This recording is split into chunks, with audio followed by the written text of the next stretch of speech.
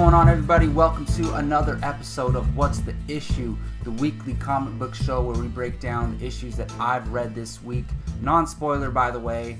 I am Jacob Bartley, as always, and I'm here to talk about 5 issues, not 10, 5 issues that I've read this week, and those are Mighty Morphin Power Rangers number 17, Harley Quinn number 24, Secret Empire number 6, Peter Parker, the Spectacular Spider-Man number 2, and Darth Maul number 5, the finale to the current Star Wars Darth Maul run. So let's jump right into it.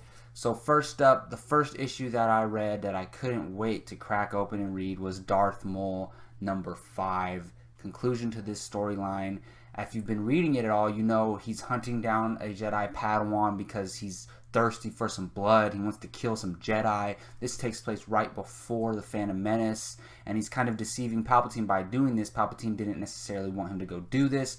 So you have this confrontation with these two characters, Darth Maul and this young Padawan, and they're interacting, and their dialogue is really good because she keeps telling him, you don't have to slaughter me and stuff like that, like, don't let your anger drive you. And he's like, and he kind of respects her a lot. Like, by the end of this issue, and even the last issue, he's like going a lot of respect for her. He's like, if she could have taken a different path in life on the dark side, she could have been working with me together. And he almost doesn't want to go through with his plan. I'm not going to ruin what ends up happening, but it's a very good conclusion. It's kind of the only way it could have gone. Like, there's no really other way that it could have gone in this issue, and I'm okay with that. I would have liked to have seen it go a different way, but I knew it was going to go this way, and I can't be mad at that. So I really, really enjoyed Darth Maul.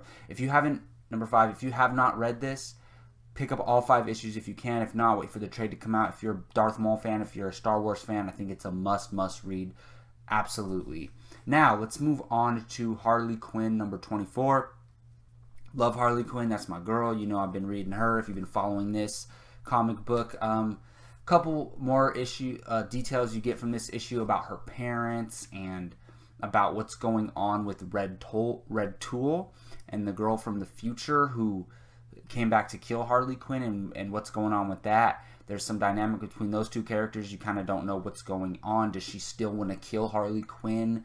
I have a feeling that she does, even though Red Tool kind of seems like he's convinced her otherwise.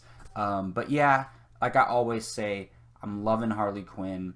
I mean, I just love the character. I was speaking with the guy at the comic book store. I was like, Harley Quinn's just a character that no matter what's going on with her in the comics, no matter what the storyline is, the bigger storyline, because there's been storylines introduced, and I'm like, I'm not really interested in that, but because it's surrounded around Harley Quinn, around her thought process, around her dialogue, around her interaction with other characters, I keep reading it. So I definitely, if you like Harley Quinn, pick up an issue or something, go read at least one issue on Comixology, see if you like the style the storytelling is written in and everything like that, and if you do dig it, then go and buy the trade books from one of your local comic book stores is what I recommend. I always love having those physical copies in my hand, and go support your comic book stores because, you know, not a lot of people buy physical copies anymore, so we got to go support that.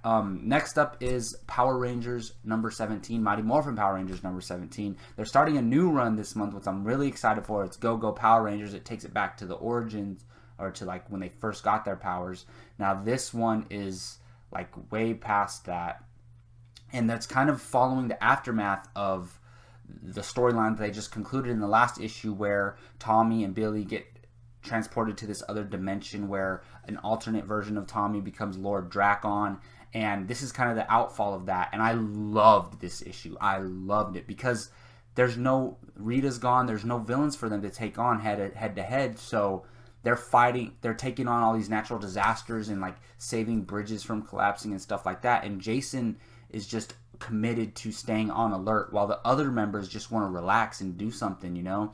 Jason's just always on it, and some of the other characters get really bored with just sitting around, so they're just sitting around reading books and watching TV, and they're just like, come on, when's the next action gonna pop up? I really love this issue. One thing though, I'm like, you guys really want another monster attack so other people can die? Like, I'm like, gotta think about that kind of stuff when you write these comics. But overall, very, very enjoyable issue. Like I always say, if you're a Power Rangers fan and you need your fix of a more mature, realistic-ish comic book run of the Power Rangers, go pick up all of these comic books. You can pick up the trades. There's 2 trades out right now, I believe. Go pick them up if you're a Power Rangers fan. I highly, highly, highly, highly, highly recommend it. Next up is Peter Parker, the Spectacular Spider-Man #2. Now look, Spider-Man is my favorite superhero of all time, hands down. But I haven't been reading a ongoing Peter Parker or ongoing Spider-Man run, because when I started reading comics, it was like in the middle of stuff, and there's like 7 different runs of Peter Parker of Spider-Man. So I kind of haven't had a jumping off platform to read him, and they started this new Spectacular Spider-Man. I'm like, all right, here we go. This is the one. And I read the first issue, and I loved it. And I love the state of what Peter Parker's doing. He's getting back to basics, stopping criminals in his neighborhood and stuff like that.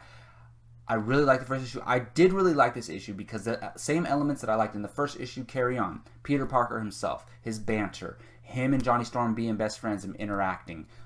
The one thing and he gets to interact with Ironheart in this issue, but the one thing I was apprehensive about with this issue is there's this storyline going on, and you can see it on the cover of the issue. It says, what is the Twilight Project or whatever, Project Twilight.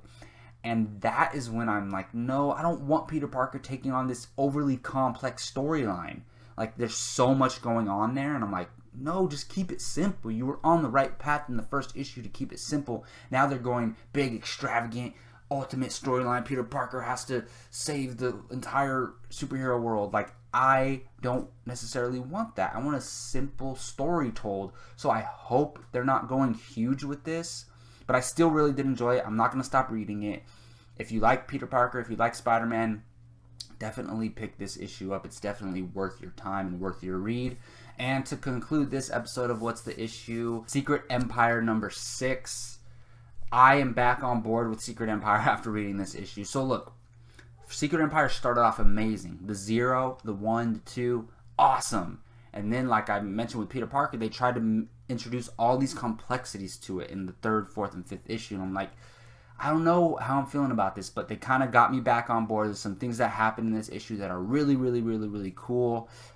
You find out, you get a little more hints as to what's really going on. You get to interact with characters that they haven't really shown that much in the Secret Empire storyline. And there's a huge spoiler at the end of the last issue that carries on in this issue, and it delivers in my opinion. There's still some of those overly complex, like too extravagant things going on, which I'm starting to get tired of really, but overall it's a very, very satisfying issue, and I think it's a very solid entry into the Secret Empire storyline, probably the best issue since issue 2. So if you have been reading Secret Empire, if you threw it aside because it got too crazy for you, go ahead and pick up the rest of the issues that you missed and read up to #6. If you don't like #6, then probably stop. But I really like #6, so I definitely recommend it.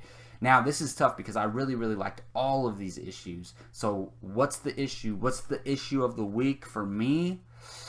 I'm going to have to go with Darth Maul #5 just because it concluded that storyline really, really well. And because I love the character of Darth Maul. He's one of my favorite Star Wars characters. So I'm going to give issue of the week to Darth Maul #5. But a very, very close second is Power Rangers #17. I really, really enjoyed it.